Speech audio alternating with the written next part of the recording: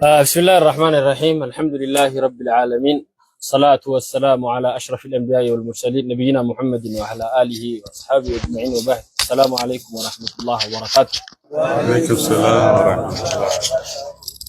أما وقع كتين يوهنا نسدين قفا أغرتني وقع مو كانت تشيغر غلچن ما تشيغر غلچ أكانت تسني جرن جيچو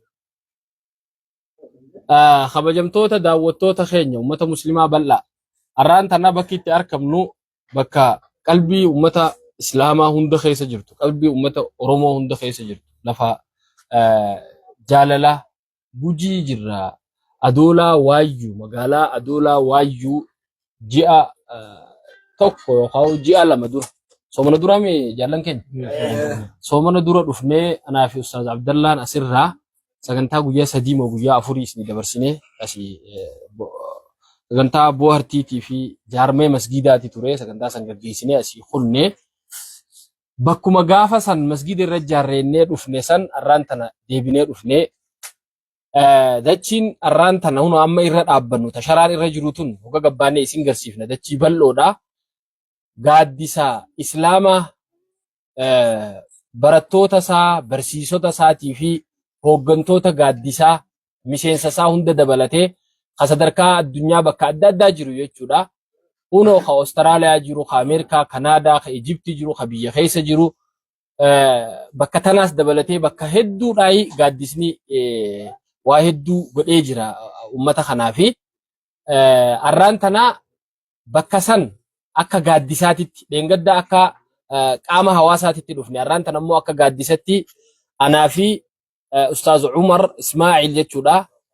Gaaddisaa akka biyyaatitti itti gaafatamaan isaanii anis miseensuma gaaddisaati irraayi inshaallah ziyaaraa gujii yoonii fi gara fuulduratti bakka tanarratti masgiida kana keessatti wanni qoonni fudhatan jiraatellee achumaanuu haala mijjeessinaa bakki tun bakka gaawaa hedduu deeggarsa feetu ni haasoyna inshaallah arrammoo as jirra jechumaan hangana isinii ibsuu fedhe sagantaa teenya tanaan ibsuu fedhe sagantaa tana namoonni waliin keessatti argamne sheekota kottaan sunu dhiyaadha يفهموا نقول الليلة شيخ مختار اسمه نخطة شيخ مختار أكسمة شيخ جمال تجافتما إما إسلاما بدينا خناتي أكسمة نموني منقدو بياتي فينا موتا بيكما بيا عبد الله فاتو جرا أستاذ عبد الله جانيني منقدو بياتو جرا سنسيك أسنين اللي كسمة تديرو يفهموا نقول هذا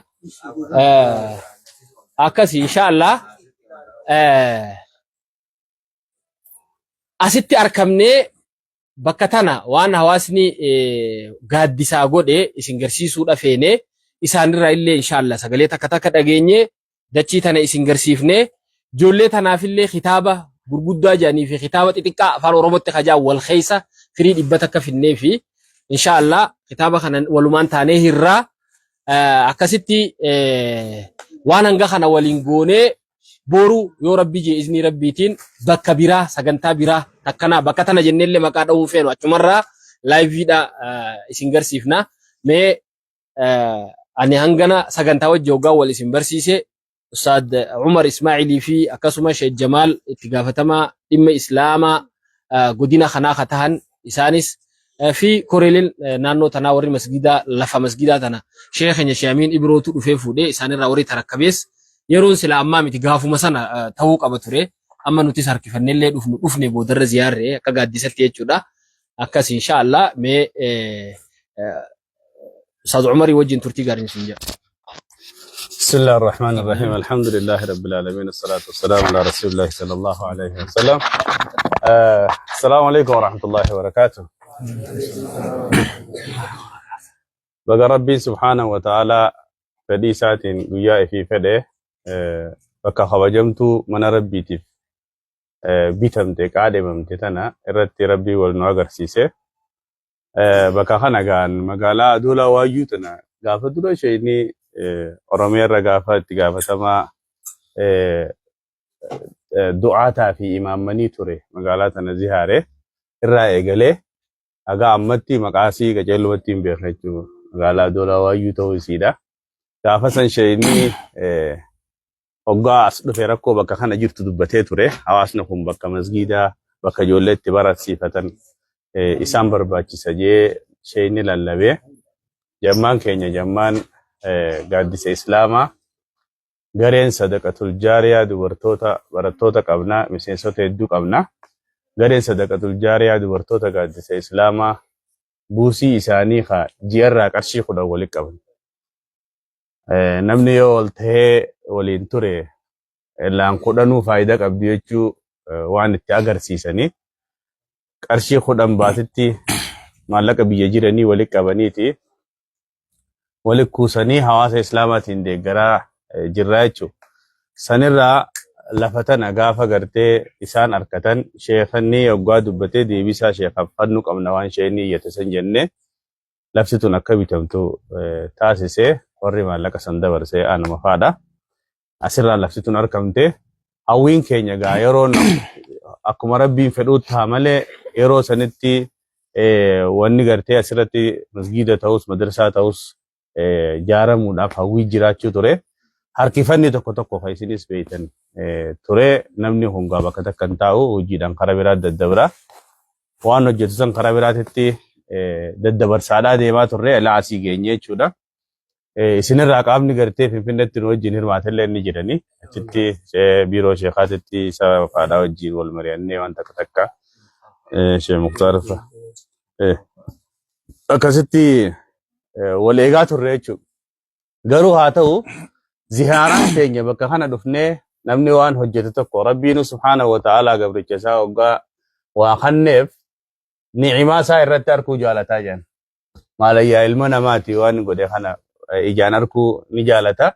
Gaaf tokko dhaynee irra dhaabbannee haala isaan irra jiranis laallee isaanillee ziyaarree akkasitti waan dandeenyu mallee gartee muuminni khayri irraan quufamu bakka kanatti dalagame khayriidha. Khayriin irraan quufamtu hanga ilaa man bakki kun waan fedhu san arkatutti namuma tattaafatu jechuu jammaan keenya fagaaddisaatis dubartoonni keenyaas warri garee sadaqatul jaariyaa hundi qaamaa fi qalbiin isinuma wajji jirra jechuudha. Har'a ziyaaraan teenya kana taate simbira dhufneeti bifa kana irratti wal arguudhaaf hedduu gammachuu guddaatu natti dhaga'aman illeen warra akkanumatti waliin deddeebi'u rabbiin waa taasisu. Gaafa imala ziyaaraa gama keessanas kaanu namoota achi baratu jira namni baratu kun kitaaba barbaachisaa yeroo ammaan durallee Ustaaz Najjaash gizee as dhufe gaafa isaan as dhufan san inninis bobbuma akka hawaasaa san dhufe eeguma asii galan booda achi mayxanii dachii takka ta'a jammaan keenya bitee jira irra gortanii maal laaleen hawaasa keenya tokko achi qubatee jira jennaan eeyisa akkana kana saboo bakkuma hin dhaqee achi bitii naan jee silaa duranatti himtee dhugaa ture ziyaaraan sanuu ziyaaraa gaaddisaa taate jechuudha. Seessa gaaddisaa keessa waan ta'eef sheeyni akkas ta'ee ture isatti gizeen dubbadhee akka ijoolleen barachuu jirtullee isaatu gartee nu hime namni nama baratu gizee bira gizee dhufu waa risaalaa xiqqoo takka illee taatu harka qabachuun qajeellaa darasaatii beeka. Darasaan hoggaa nama waaqa kitaaba kana isaa warra jaallatu. Kanaaf kitaaba hanga kanallee nama dhibbaaf ijoollee dhibbaaf qoodamu jennee akkasitti finnee dhufne har'a immoo as dhufuu keenya irratti lafa tanaas bifa isiin taatus jammaa keenya guututti illee ni garsiifna. Akkasuma mallee lafti tun waan isiin barbaaddullee waliin tattaaffii itti goona jechuudha. Waan kana isinii goona jedhee namni tokko waan godhuu hin dandeenye illee waada namaa galoo osoo hin taane hanga akkuma maandura laffaametti hanga san daran laffaanee waan gartee bakka kun barbaachiftu isinii wajjin hojjechuudhaaf nuti illee qophiidha. Amma ammatti abbaan iyyatu firii dirmataa jaansanii iyyinsa keessanii fi dirmachuu teenyaa wajjin wal idaanee bakka kun bakka akka isin feetan isin maaf taati jennee ta'e abdii qabna inshaallah yaa rabbi jee. Kanaafuu xiqqeenya danuu kan akkanatti asii walitti qabdanii shahadaa afaan tursiiftanii shahadaa bareechitanii akka ollalleen itti haajamu taasisuudhaaf.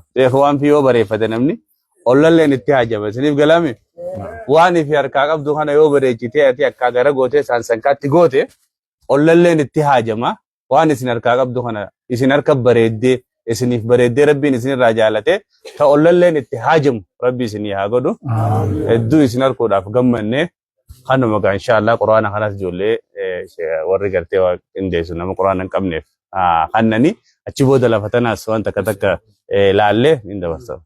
maakiin hiriira qabatee jira. Laallee murmuru. Waa'ee asin deebinee miti yemetachuu jira. Lafa tanallee daawwannee laallee dhaamsa manguddoo sirraa fudhannee akkasitti waan kana gaggeessina. Kana daran ammaas kana gammachiisu dhimmi islaamaa nu wajjin jiraachuu. Biyyi tun biyya seera qabdu amma. Nama biyya tana bulchuu wajjin wal quba qabaachuun barbaachisaadha. Ani akka godina Harargee Bahaatti horee hojii raawwachiiftuu dhimma islaamaati. Akkasumas itti gaafatamaa hajjii fi umraa godina Harargee Bahaatti. Qaama kiyyaa wajjin hin jira jechuudha. Biseensota kiyyaa wajjin jirra. Kanaafuu akkanatti isin keessatti hirmaatee qaamni dhimma islaamaatis bakka dhimmi islaamaa jiru kana isin wajjin dhaabbachuun fuuldura qaba jechuudha kun. Fuuldura qaba. Islaamni rabbumaa fi wal qabaa beekadha. Yoo wal qabaate rabbi qabaate wayis nu markata jechuudha. Kanaaf akkana wal qabachuun waan hedduu nama gammachiisu. Silaa akka seeratti bulchaa biyyaatiitu haasawaa nama dura godhaa. Garuu haasawni keenya kun akka bareedee goolabamuu fi dura horiinee tuttuinee gama isaatis hin dabarsa inshallah.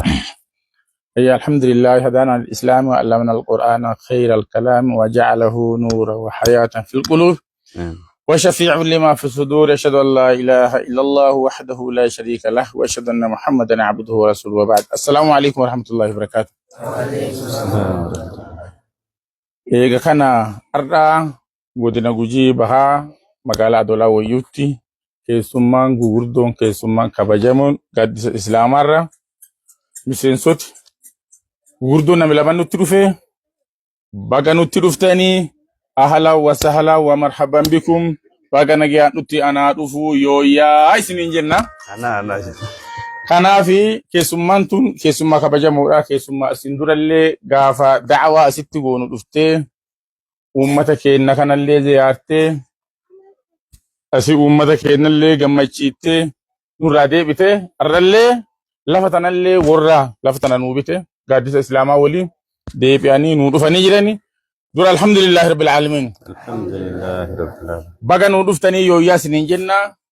Kanaafi nu amma bakka tana masjida kana isinuma nuu bite namni jamaan bakka tana diqqaadha gabaabaadha. Fagooraa dhufe amma namni kun. Namni kun irra baay'ee isaa nama fagoo dhufe humni guddoo iddoo sana masjida kana ijaaruu dandeetti diqqaadha. Namni ammallee qabeenya guddaa qabu hin jiru. Namuma alaa dhufe dhufuu keessan kan akka malee nu gammachiisa. Akkuma lafa tanallee nu bittanii masjida kanallee ijaarsa nu deeggartanii nu bira dhaabattanii haga inni xumurutti lafti lafa bal'oodha. Atirii barbaaddi masjida guddaa barbaaddi nu bira dhaabattanii baga nu dhuftanii isiniin jenna. Waan koreen tun itti dabaltu waan baay'eedha inshaallah. Abdallah hin fagaate inshaallah akka nu bira dhaabattan baga nagaan nu dhuftanii isin gammanneerra yooyyaa isiniin jenna. Manguddoonni itti dabaltu haa dabaltu.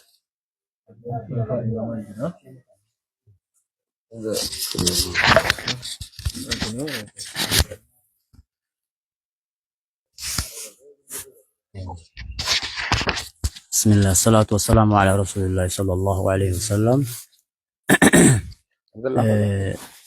Akkuma amiirri keenya guddaan jee baga keessummaan keenya illee baga nagaan nu dhuftanii gammachuu guddaa qabna dhufuu isaaniitii fi haa ta'u lafti amma jirru kun akkuma maqaan isaatu jalqabatu tuqamaa ture sani godina Gujii keessa jiraanna. Haa ta'u rakkoo naannoo tanaa rabbiin isin beeksisee akkuma isin fide lafti nuti marra jiru tun lafa xiqqoodha. Haa ta'u tanallee isinumaatu jalqabe. Akkuma yeroo biyya teenya tana keessatti pirojektii gurguddaa dalagan amma fakkeenya laga Abbayyaa fa'aa yeroo dalagan maal jechaa turan dhaaddannoon isaanii inna jammarnoo hin carisaallee jechaa turan. Akkuma jalqabneeni maal jalqabee numaa xumuraa jechaa turan. Ammallee jalqaballee isaanumaa jalqabe. Nuti durillee humna hin qabnu ammallee humna hin qabnu. Haa ta'u malee lafti tun xiqqishoo xiqqoodha. Moggaa kanaa wayii kajeella. Akka isaaniifillee toltu. Nulleen akka itti gammannee irra jiraan akka nullee fuutu akka isaaniifillee sadaqaan isaaniillee bal'oo taatu moggaa kanatti waan ciccitee jijjiiruutu jira.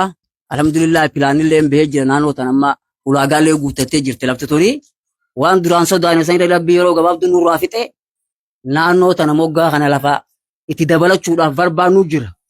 Kan humniti teenya bakka san nu hanqifte jechuudha hawwiidhaaf. Kanaaf sanillee Akaga garabbiiti akkuma nuti isaan duraan nu gargaaraa turan san kanallee akka wal jaalatan asumaan kajeellaa teenya kadhaa teenya isaanii ibsaadha. Yaada dheeraallee hin qabnu irra guddaa yaada keenya nuti akkuma asirra nu jalqaban kanatti akkasuma nu xumuruudha yaada jennu qabna. Yachiinaan jechuu barbaada haguma kana.